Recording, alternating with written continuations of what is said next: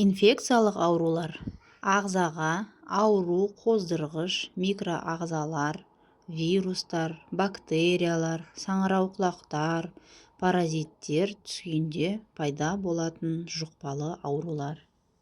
Себептері: вирустар, бактериялар, паразиттер.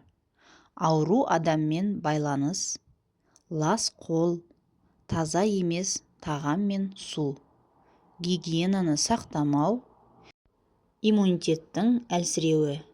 Белгілері: дене қызуының көтерілуі, әлсіздік, қалтырау, бас ауруы, жөтел, тұмау, іш өту, құсу, терінің бөртпелері.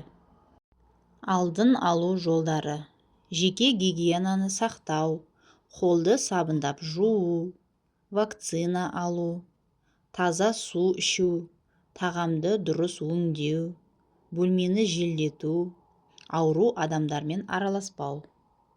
Емдеу жолдары: дәрігер тағайындаған дәрілер, вирусқа қарсы, бактерияға қарсы.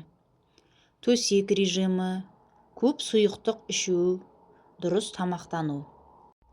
Инфекциялық аурулар жұқпалы, бірақ оларды алдын алуға және емдеуге болады.